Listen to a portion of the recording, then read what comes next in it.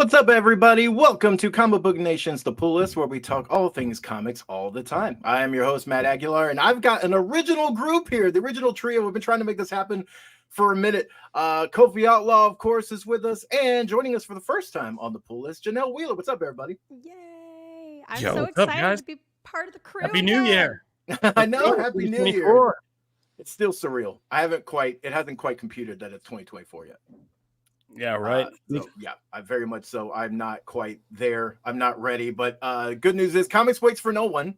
And there's some big books right off the top of the year, which is great for us because we have a lot to talk about. And we have a lot to talk about from both companies. We got one of each of the big two here. So that's awesome. We're also going to be, just to give you a little preview of the show, we're going to be jumping into a big Marvel book, a big DC book, maybe a rapid review or two. But we're also going to try out a new fun thing. A new little format here for our big recommendations for the week from all three of us towards the end of the show. So jumping in first, let's say we're going to jump into X-Men, which I know when Janelle, when this was the episode that was going to happen, I was like, oh, we're going to be talking about a big X-Men book. But this is one we've been talking about for a minute, which is Fall of the House of X #1. This is kind of kicking off the big, this kind of third chapter in this X-Men epic saga. And this is really the war between, the mutants and Orcus. And this kind of, some things have already been set in motion, but this book really kind of encapsulates everything. And from here, it looks like it's going to be kind of full systems go. We're in a war. And it's funny, me and Kofi talk a lot about this, how House and Powers were the books that launched this show in a lot of ways. So it is interesting to kind of have the pool list in its early days, and X-Men is right at the heart of it once again. But now we're seeing kind of the other end of this saga. For me, I gotta say, everyone knows I'm a huge Cyclops fan, and sometimes the best Cyclops moments are the quiet moments. And there's some dialogue here that it's just like quintessential Cyclops, and I think Jerry Duggan absolutely knocked that part out of the park. It's a lot of formulating the team, but not in the way that you typically do so. And I dug this. I think this did a lot for me in terms of kind of getting me back into the swing of things and like kind of back into this story to kind of see the mutants maybe bounce back a bit, because man, they have just been stomped to the ground over the past like 4 months. So a victory is nice. I came away really digging this book, but I guess what I'm curious for Janelle specifically, how did you feel about this in terms of, did this get you excited for like this arc in X-Men? Did it do anything to kind of sway you in that return? And as far as Kofi goes, how do you feel about this being the beginning of this kind of final chapter in the saga? I think my answer is going to be really dependent on what Janelle says. So I'm really curious to hear her. I was going to say the same thing about you, Kofi. Oh boy, here we are codependent. I'm so grateful that you guys have crash coursed me through X-Men, because I am not clueless anymore. I know what Hellfire Gala is. I'm understanding the juxtaposition between mutants and humans. I know Orcus. Like, I don't feel like such a noob. And it really pays off once you put the work in to understand the entirety of what is happening and what led up to this. It felt very high stakes for me, like in the courtroom and where we were left off on the end of this book. So I am actually really pleasantly surprised at how much I loved this. Yeah. Oh my goodness. Yes. That was wonderful. Yeah. Wow. Okay. Kofi, how you feeling? See, wow. Now, man, I Don't feel rain like on our parade, Kofi. It's passing in the night, and like this is going crazy. So yeah, like you said, we started this whole show. Comic Book Nation started when House of X and Powers of 10 came out. We were real big on this, but yeah, the Krakoa era has become this kind of weird thing amongst Marvel fans. Like, there's been this huge debate in Twitter over the last few weeks and things like that. But I liked this. Like, I think the writing, the art, all of it, so well done. But I just can't help but feel like this is the the quick kind of, we're getting to the quick, like, okay, we're going to wrap this all up kind of it all. Like all these kind of strands that have happened post Sins of Sinister timeline and how all the pieces have been moving in the various books. Like we've kept up with it. I know all of it, but even then this feels like a kind of rushed, just, okay, now the war's on. We've been seeing all this planning all through the fall. We saw like everybody's planning, moving after the Hellfire Gala in summer. Here's the war, but I don't know. It just felt kind of rushed, but it feels like, yeah, we are just kind of pushing through to the end of this, and I'm going to miss it. And I don't know if that's because there's anything particularly wrong with this book or just my feelings about being a person who liked the Krakoa era and maybe not wanting to go through this and doing that. It's all possible. So, you know, there are big things that happen, and there are some really cool scenes in here. Like, you know, just we get this where Krakoa goes on the run, you know, like that's awesome. That's a super dope. I mean, you take that, Groot. Like that's a super dope thing that happens. But yeah, some of the things they bring back around also feel kind of muted. Like it's been a long time since we saw that Orcus scientist lady get her husband get, like, you know, taken out by the X-Men in her quest for vengeance, and Nimrod and Omega Sentinel. And I feel like that could have used some more build up before we got here. But, you know, we're here and it's going to be a war. And, you know, we always say with mega crossovers and things like that, that the premise there has to be a simple premise to guide us through everything and kind of keep everything organized. And there is a simple enough premise here. It's a fight for survival. Orcus is trying to do this. The X-Men are trying to do that. And by the end of this book, we got some pretty high stakes, cool stuff that looks like it could come into play. So I'm not complaining too much. I think I'm just feeling the bittersweetness of ending this era.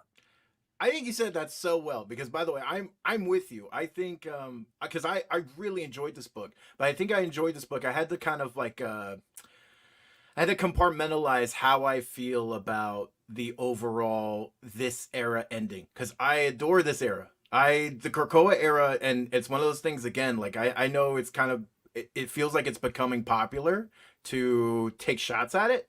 And like you're seeing some of these things of like, oh, like, oh, I'll be glad when this is gone, this is gone. People like forget what the X books were before this era started.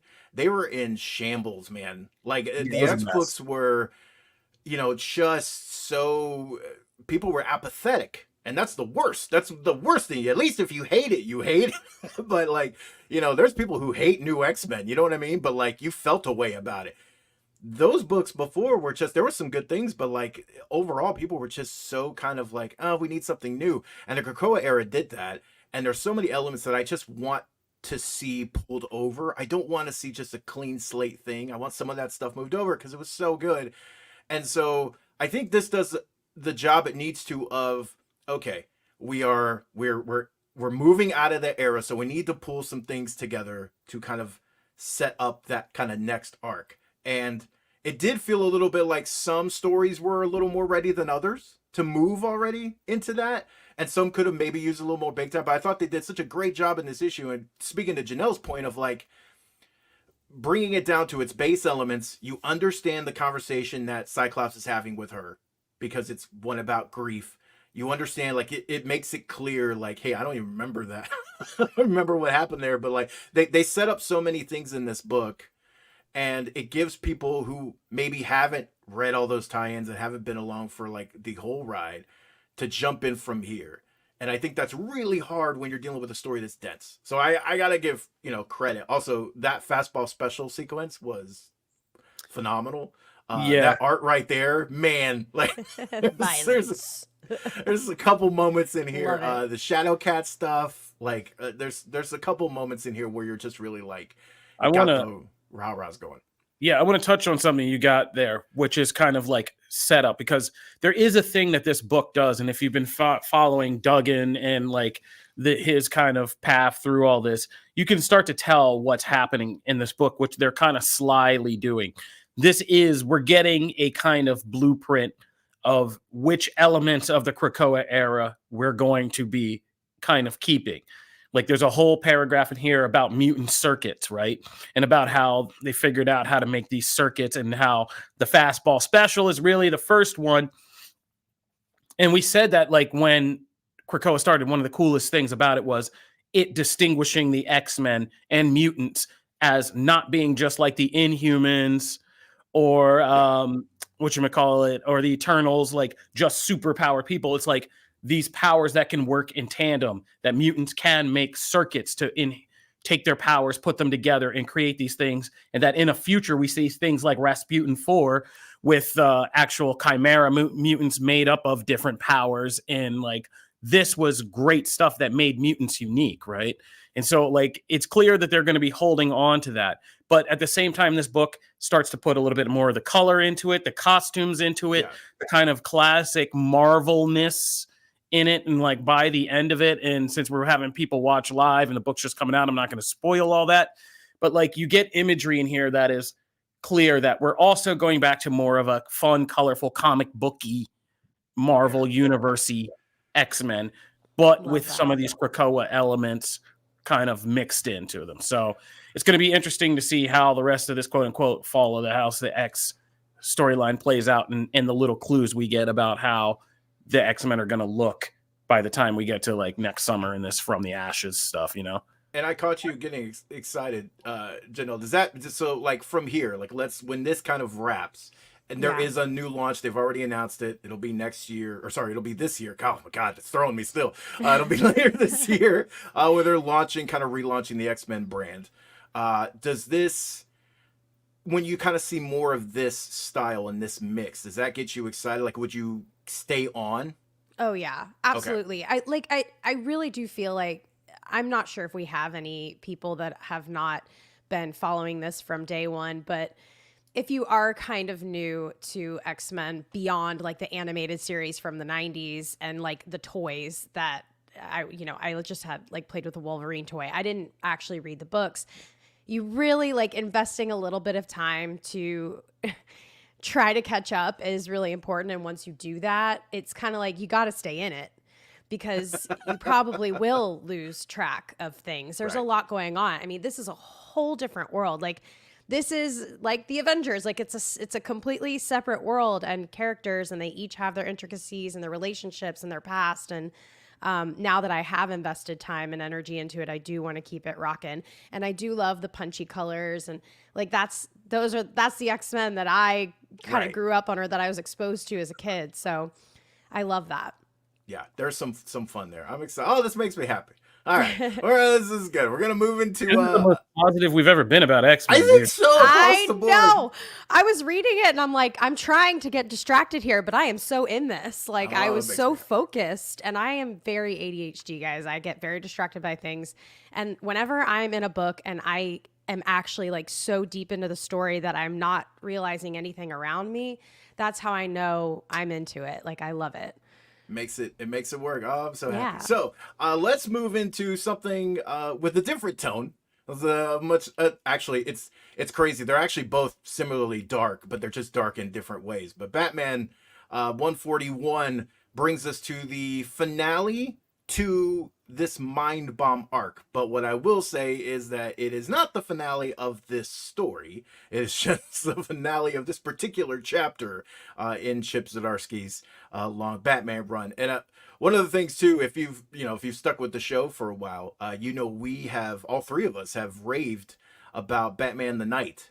And man, it was awesome to see so many pullbacks from the Knight. Like, if you were reading this issue, like there's I saw so many little editor's notes at the bottom of panels like, go check out Batman the Knight. It's like, yeah, this really felt like the first book. We've seen connections and we've seen obviously big tethers as far as characters and things, but this particular issue, even mostly than anything, has been the biggest connection point between those two books. And it was awesome to see how well integrated and seamless all that was. There's a moment with Dick Grayson later that is awesome, that you learn some other things, but as the arc of the Zur-En-Arrh taking over Batman and Failsafe was the big reveal at the end, where essentially Zur-En-Arrh now has a body and it's Failsafe, and that is him into the world, and now they're separate people, him and Bruce Wayne.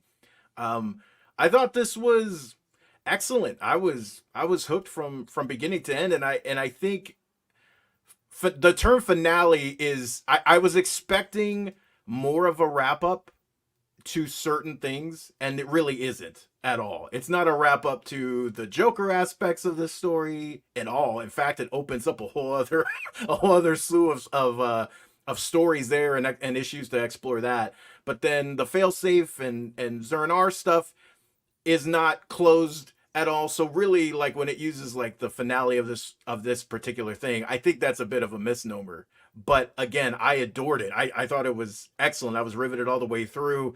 I'm excited to see what's next on both fronts. I just think there wasn't as much closure as I thought going in. Again, that's not a bad thing, though. That's not necessarily a bad thing, because I'm enjoying the story. Do you think this delivered in the, with that word? Were you expecting more closure, and how did you feel overall about the story? Let's start with Kofi. Oh, I mean, I didn't think this was really gonna wrap up here. So I don't think I was disappointed in that sense, because there's been too many big things cooking, and there were too many big things happening here for it to all wrap up here. So I didn't think that. I thought this was the end of this arc. And in that sense, it is. I think what I loved about this arc, and I'm trying to wait, it's been a couple days since this came out. Yeah, but, we're good on this one. Yeah. But what I loved about this arc is it's like my favorite movie is Seven. And like, why is my favorite movie Seven? Is because one of the biggest reasons is it's a movie where there doesn't have to be a happy ending. Where sometimes, like, the hardest things are, the hero doesn't when things don't end well. I love those kinds of stories because they're more like life, and this one is fascinating because Batman is repeatedly getting his butt handed to him in these battles, right? And it's been building for a time. He's lost several kind of key battles against Failsafe, but what he's doing and what Chip Zdarsky has kind of worked out so well here is it's keeping things simple on the surface. Like, this whole issue is just a chase. It's one chase. But Chip Zdarsky does this thing where he works on multiple layers so well. So yeah, it's just a chase. But this whole thing is essentially Bruce. Like, if this was a movie, it'd be just Bruce Wayne fighting himself. This is just Bruce and Batman having a fight in this weird kind of way. Because that's what Zdarsky's I can't ever say this name. Zur-En-Arrh. The Batman, his Batman Zur is essentially just it's the Batman part of him that he's kind of like hyper focused into.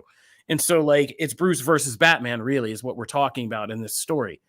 And it's super duper interesting on that kind of psychological level. And like, just getting to like seeing these different versions of Batman. And we're having this other fight later on in this book where it's Zur versus the other Batmans, right? Like, so and so all of this is working on this kind of crazy meta level of narrative when you really are playing about it, like him kind of having who Batman's been in these different incarnations in film and TV, on comics. And we're kind of addressing that in this fun comic booky way. I think this issue convinced me personally that Jorge Jimenez's take on Batman is going to be like one of the definitive takes on Batman. And I don't say that lightly, but it is. This is like an all action comic book, and it is amazing. Like, I was like gripped into this when Batman's like just trying to steal a car and get away, like just the angles and like the way it's drawn. Like, it is as tense as any like action thriller movie. And like, yeah, he is just nailing and just doing stuff with Batman and artwork. And like, yeah, that whole sequence with the car and he just jumps out with the explosions, like that artwork is really good. And he is making a definitive take on Batman. And this, every step we take with Chip Zdarsky's Batman, I get more and more intrigued. And he does something that was rare in comic books, is like, I genuinely not only want, but like need to get to the next issue and be like, what happens next?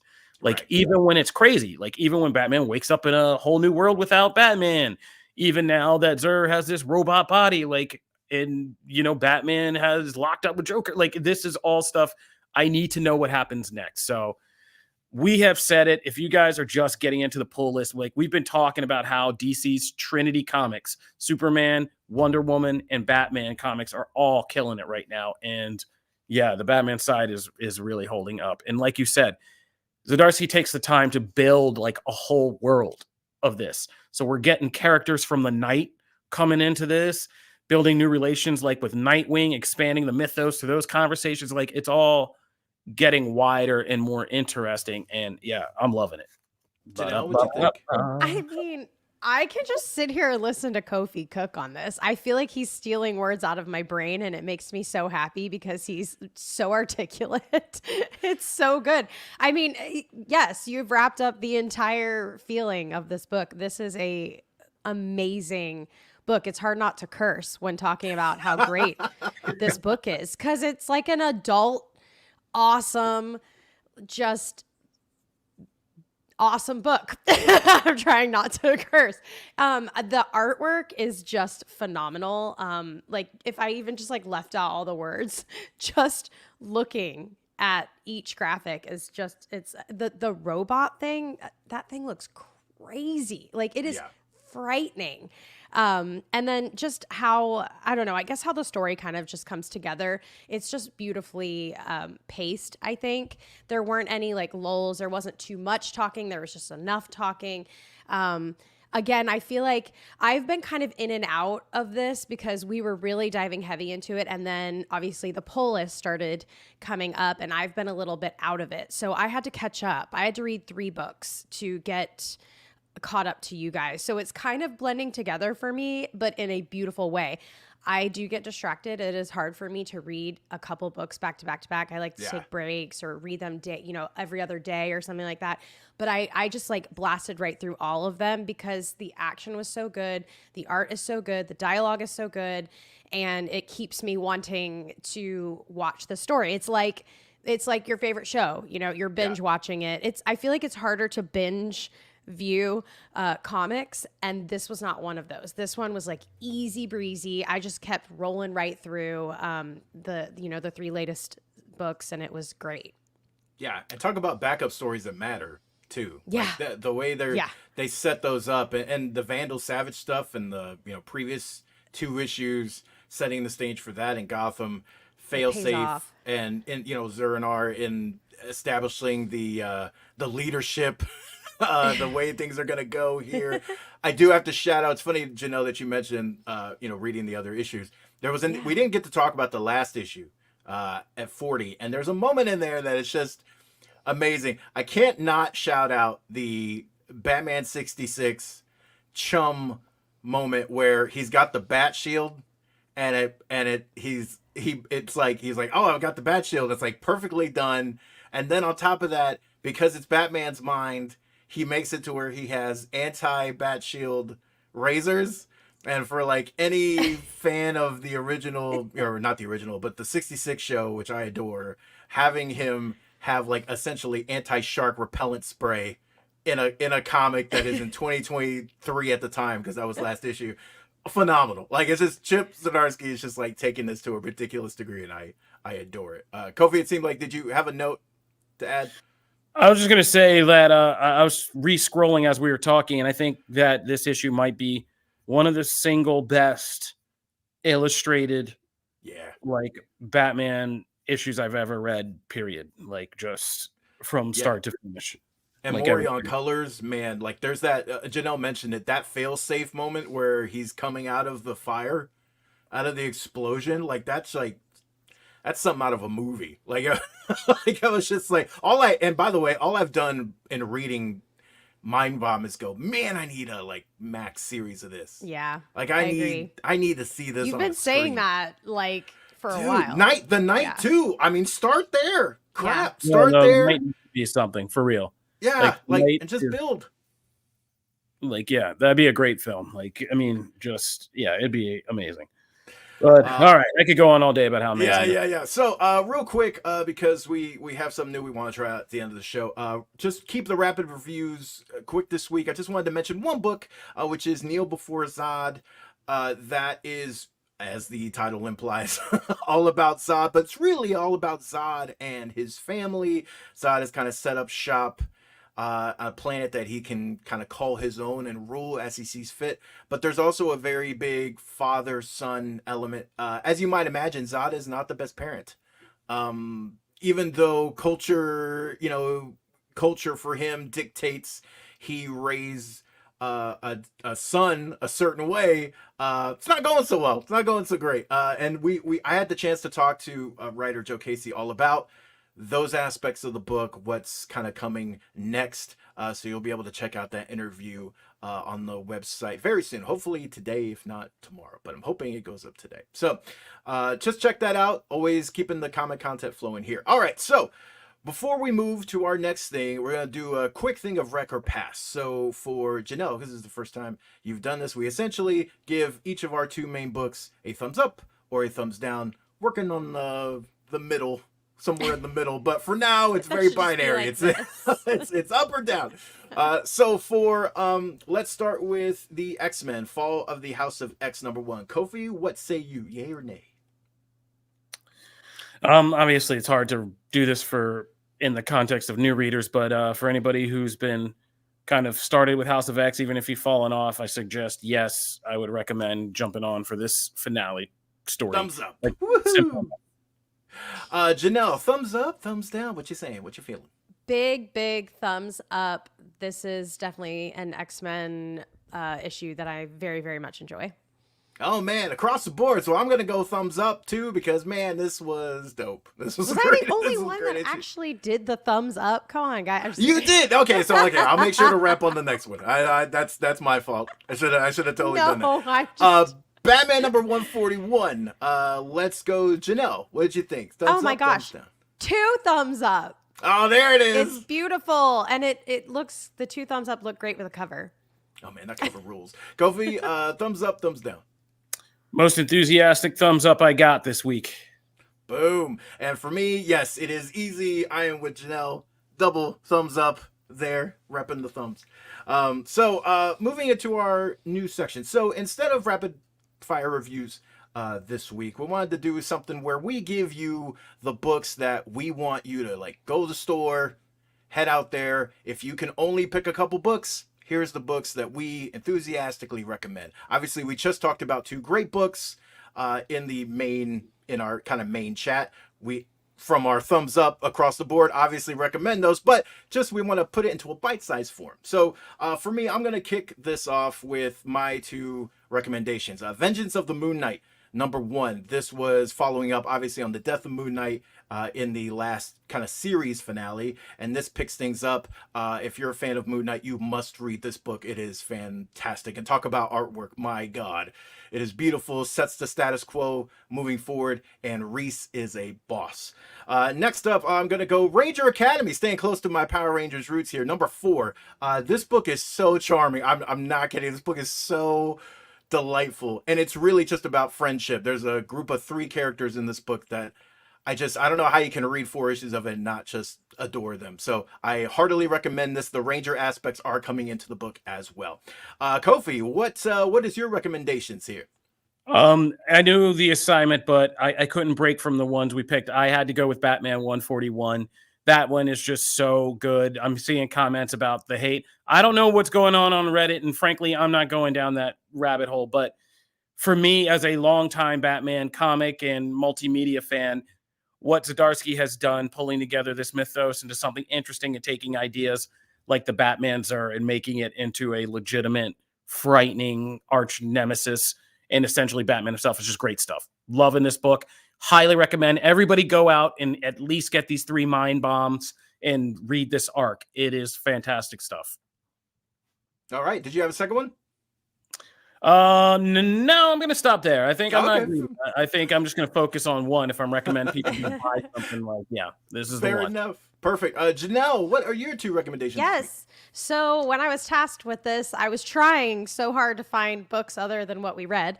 So the issues that I'm recommending are actually quite family friendly. So if you are looking for that, I think these are a great start. I'll start with Doctor Strange #11.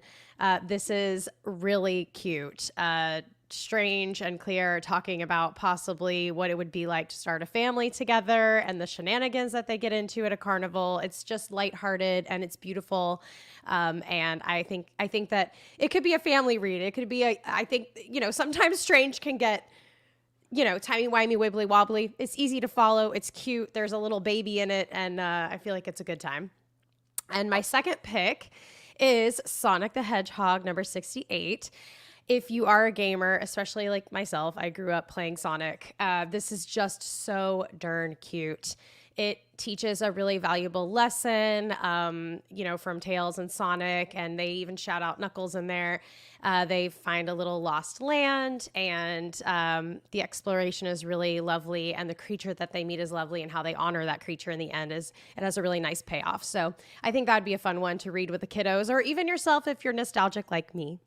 Perfect. Amazing. So that gives you a well-rounded group. That is your recommendation this week. We will do this every week moving forward, and definitely want to hear what you picked up at the comic store as well. So that brings us to a close here at the Pull List. Thank you so much for, number one, Happy New Year. It is 2024. I will have to acknowledge it at some point in time.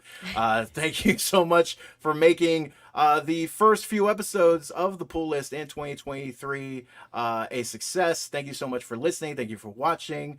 If there's things you want us to cover in the future, please let us know. And thank you for all the support. So until next week, peace. Deuces.